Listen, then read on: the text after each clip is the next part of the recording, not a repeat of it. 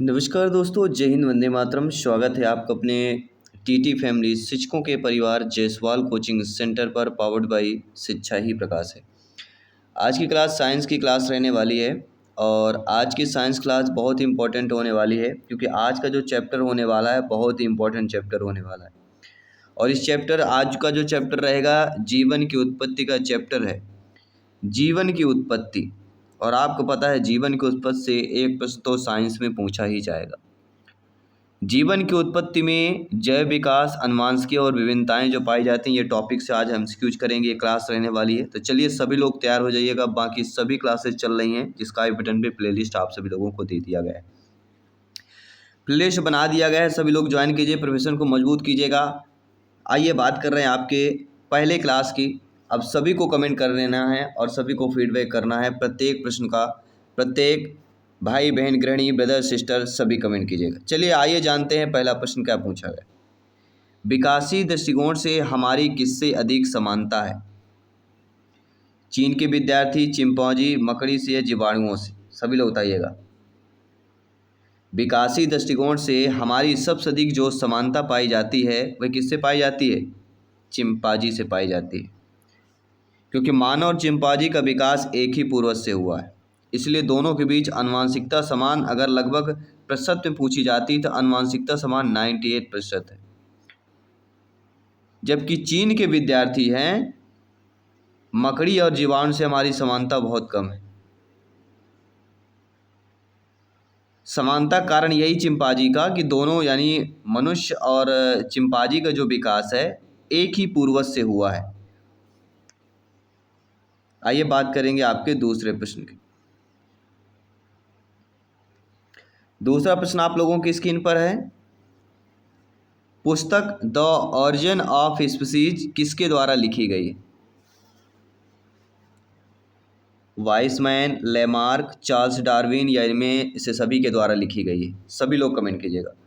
ये बहुत important question है। द ऑरिजिन ऑफ स्पीसीज पुस्तक किसने लिखी है? डार्विन ने लिखी थी। Charles Darwin is the right answer. थोड़ा वाला जो सी ऑप्शन दिया गया वह सही हो जाएगा। और ये पहली बार कब प्रकाशित हुआ? अगर ये भी प्रश्न आता है तो भी आपसे बनना चाहिए 1859 को साथियों ये प्रकाशित हुई थी। और इस पुस्तक में डार्विन के प्राकृतिक चयन द्वारा विकास के सिद्धांतों को इसमें रेखांकित किया गया है। बढ़ते हैं साथियों अगले प्रश्न की तरफ। प्रत्येक जनन कोशिका में कितने क्रोमोसोम होते हैं? ये साइंस का बेस्ट क्वेश्चन है, सिलेक्शन वाला प्रश्न है, 1 नंबर आने वाला प्रश्न है कि प्रत्येक मानव जनन कोशिका यानी स्पर्म और ओवम में कितने गुणसूत्र होते हैं या क्रोमोसोम होते हैं? तो 23 जोड़े होते हैं। अगर जोड़े में दिया रहे तो 23 होते हैं और संख्या में दिया रहे तो 46 होते हैं। और इसमें से 22 जो जोड़े होते हैं किसके होते हैं? 22 जोड़े जो होते हैं वह लिख लीजिएगा, नोट करते जाइएगा कि 22 जोड़े ऑटोसोम कहलाते हैं और 23वां जोड़ लिंग गुणसूत्र होता है, जिसमें से आपके नर जो होता है गुणसूत्र XY और मादा XX यानी मेल और फीमेल। अगर मेल का Y और फीमेल का X होता है तो YX होगा, तो यहाँ पे लड़का की बात होती है। अगर XX दोनों मिलते हैं मेल और फीमेल का तो फिर आपका X होगा। ठीक है, तो ये तो आपने पढ़ा ही होगा। बढ़ते हैं आपके अगले प्रश्न की तरफ चलते हैं। मानव में क्रोमोसोम गुणसूत्र की संख्या है 48, 42, 46 या 40? तो मनुष्य के प्रत्येक कोशिका में कितने होते हैं? 23 होते हैं। और गुणसूत्र संख्या अगर पूछा जाए तो 46 करना है। ये हम ऑलरेडी पहले ही बता चुके हैं, इसलिए क्योंकि किसी भी प्रकार से प्रश्न आपके एग्जाम में पूछा जा सकता है, क्योंकि सिलेक्शन 101% यहाँ पर सर्वोपरि है। तैयारी लाजवाब चल रही है आपके सिलेबस के अकॉर्डिंग, एग्जाम पैटर्न के अकॉर्डिंग। जनन कोशिका में गुणसूत्र की कितनी प्रतिकृतियां हैं? 1, 2, 3 या 4? तो जनन कोशिका के अनुसार देखा जाए यानी मानव जनन कोशिकांग युग्मक में कितने होते हैं, कितनी प्राकृतिकियां हैं, ये पूछा जा रहा है। तो कितनी है? एक ही प्राकृति है। कितनी है? एक ही होती है ना।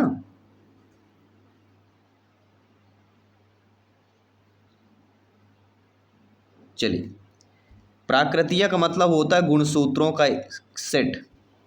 तो गुणसूत्रों का केवल कितना, एक ही सेट होता है।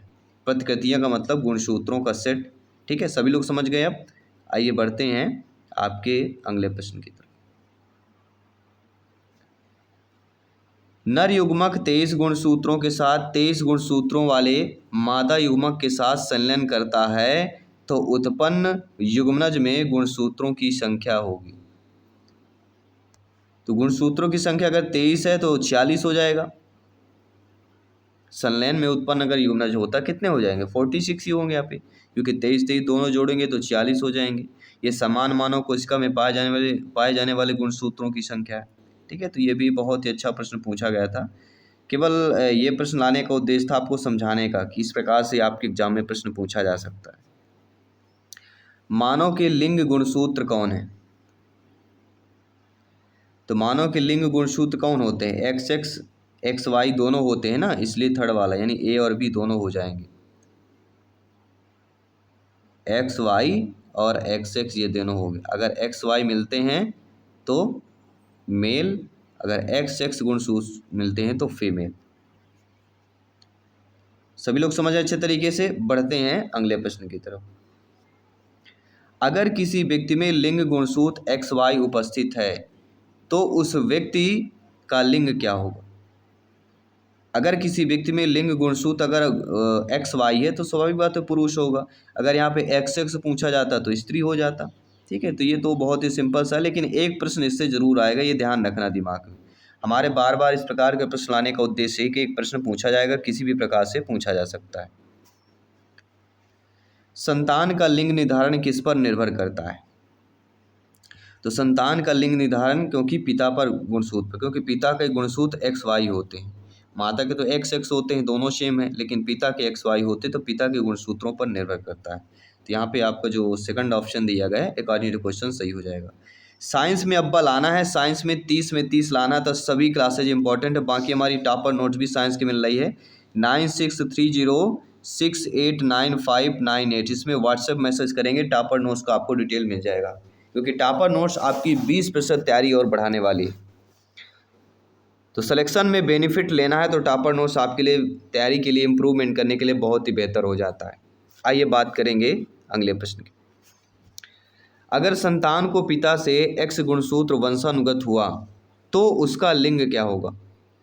अगर संतान को पिता से एक्स गुणसूत्र का वंशानुगत होता है, मान लीजिए पिता के एक्स वाई हो गए, माता के एक्स एक्स हो गए। पिता का अगर एक्स हो रहा है, माता का एक्स हो रहा है, तो क्या होगा? स्त्री होगा, फीमेल की बात कर रहे हैं। पहला option is the right answer. आइए बढ़ते हैं आपके अगले प्रश्न की तरफ। हर एक क्वेश्चन इंपॉर्टेंट है क्योंकि यहाँ पे सिलेक्शन सर्वोपरि है। सभी मित्रों को जय हिंद, वंदे मातरम। साथियों, स्त्री में लिंग गुणसूत्र क्या होगा? तो स्त्री में एक्स एक्स होता है। तो ये बहुत ही सिंपल सा प्रश्न पूछा गया था। आइए बढ़ते हैं अगले प्रश्न की तरफ। अनुवांशिकता का सिद्धांत किसने प्रतिपादित किया? सभी को कमेंट करना। जी हाँ साथियों, अनुवांशिकता का सिद्धांत जिसे अनुवांशिकी के जनक माना जाता है, हम मेंडल ने किया है। इनका पूरा नाम क्या है? Gregor Mendel. पूरा नाम क्या है? ग्रेगर मेंडल ने प्रतिपादित किया। कब किया है? अगर ये आता है तो 1866 में, 1866 में। मटर के पौधों पर अपने प्रयोग के माध्यम से अनुवांशिकता के नियम को जो है स्थापित किया।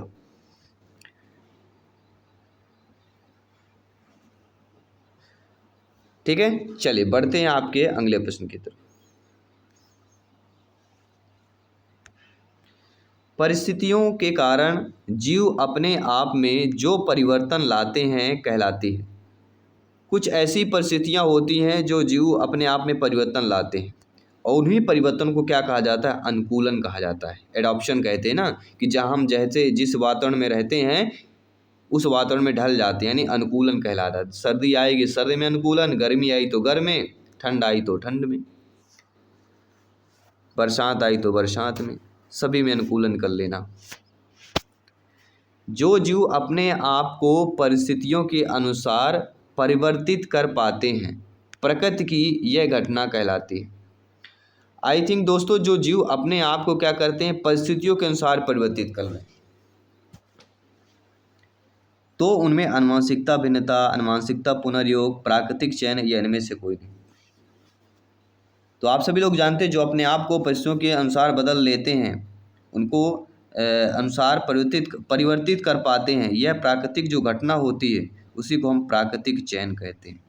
क्या कहेंगे? प्राकृतिक चयन। थर्ड वाला ऑप्शन इधर राइट आंसर हो जाएगा।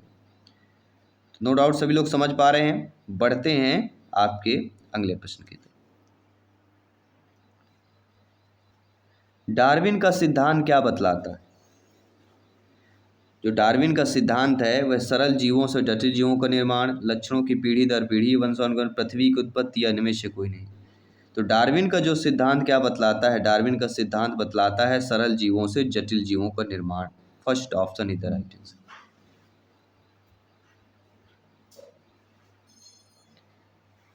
किसी भी प्रश्न पर डाउट हो बेफिक्र आप लोग कमेंट कर सकते हैं। जयसवाल सर हाथ जोड़कर आप सभी का अभिनंदन और स्वागत करते हैं।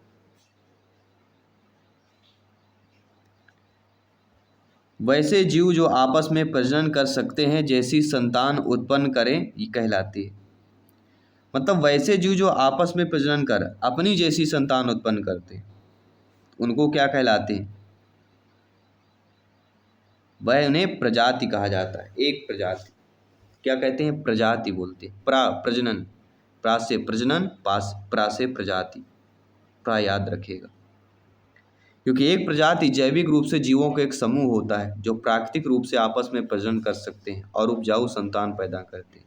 इसका तात्पर्य यह होता है कि एक प्रजाति के सदस्य एक दूसरे के साथ प्रजनन करके अपने जैसे ही संतान पैदा करने में सक्षम होते हैं और संतान भी आगे चलकर प्रजनन कर सकती है। एक प्रजाति इज द राइट आंसर। अगला प्रश्न देख लीजिएगा। आपस में प्रजनन करने वाले जाति के समूह को कहते हैं। जाति, उद्भव, आबादी, प्रजाति या इनमें से कोई नहीं। तो आपस में प्रजनन करने वाले जाति समूह को क्या कहा जाता है? सभी लोग बताइएगा। एक ही जाति के जीवों का वह समूह जो आपस में प्रजनन करके संतान उत्पन्न करते हैं उनको क्या कहते हैं? सभी लोग बताइएगा। ये सेम प्रश्न दिया गया है, अब इस प्रश्न का जवाब आप सभी को देना है। इसमें आपकी सोच निर्भर करती है कि आपकी थिंकिंग क्या है, आप कितनी गहराई तक सोच पा रहे हैं, ये जानना बहुत जरूरी हो जाता है। चलिए सभी लोग बताइएगा। राइट आंसर भी आ चुका है हमारे पास।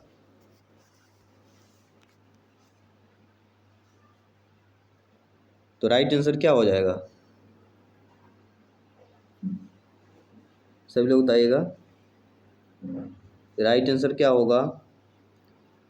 देखिए आप लोग जो है प्रत्येक आंसर को जब देखते हैं, कमेंट करते हैं, तो वो कमेंट करना बहुत ही जरूरी होता है। ठीक है, तो राइट आंसर क्या हो गया? आबादी या प्रजाति?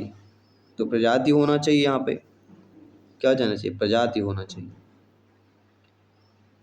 आइए बढ़ते हैं अगले प्रश्न, क्योंकि साइंस की भाषा में प्रजाति सही हो जाएगा यहाँ पे। ऐसे अंग जिनकी संरचना और उत्पत्ति समान होती है लेकिन कार्य के संपादन में भिन्नता पाई जाती है। तो ऐसे अंग क्या है? संरचना और उत्पत्ति में समान होते हैं लेकिन कार्यों में क्या है जो है कार्यों में विभिन्नता पाई जाती है। भिन्नता मतलब अलग अलग कार्य होते हैं और उनको समजात अंग बोलते हैं। समजातक होमोलोगस ऑर्गेन्स की बात करें जिनकी मूल संरचना और भ्रूणी विकास समान होता है लेकिन वे अलग अलग जीव में अलग अलग कार्यों के लिए अनुकूलित हो। जैसे मनुष्य का हाथ, घोड़े का पैर, ठीक है, व्हेल का जो फ्लिपर होता है, चमगादड़ के पंख हो गए। यानी ये सभी एक ही प्रकार की हड्डियां, ह्यूमरस, रेडियंस, अम्ला आदि होती है लेकिन एक ही मूल की संरचना को दर्शाती है। लेकिन इनके कार्य जो होते हैं, इन अंगों का कार्य अलग अलग होता है, समजात अंग कहलाते हैं। अगला प्रश्न देखिएगा।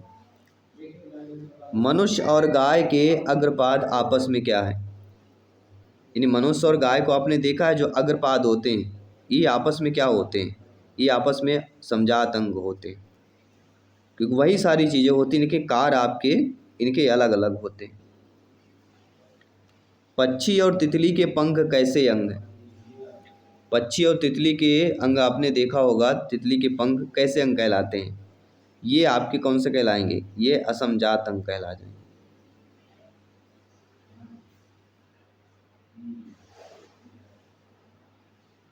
इसलिए क्योंकि पक्षी और तितली पंख कार्य अगर यहाँ पे समरूप कहलाएगा। समरूप मतलब दिखने में समान है, क्योंकि पंख है तो पंख दोनों समान दिखेंगे। मतलब है कि ये समान कार्य करते हैं, उड़ान का कार्य करते हैं, लेकिन इनकी संरचना उत्पत्ति अलग अलग होती है, इसलिए इसे असमजात अंग बोला जाता है। क्योंकि इनकी संरचना और उत्पत्ति क्या है, आपकी अलग अलग है, इसलिए असमजात अंग हो जाएगा। इसलिए बढ़ते हैं आपके अगले प्रश्न की तरफ। पत्थरों पर प्राचीन जीवों के अवशेष चिन्हों को क्या कहते हैं? आपने पत्थरों पर देखा होगा जो प्राचीन जीवों के अवशेष होते हैं उनको क्या बोला जाता है? क्या उनको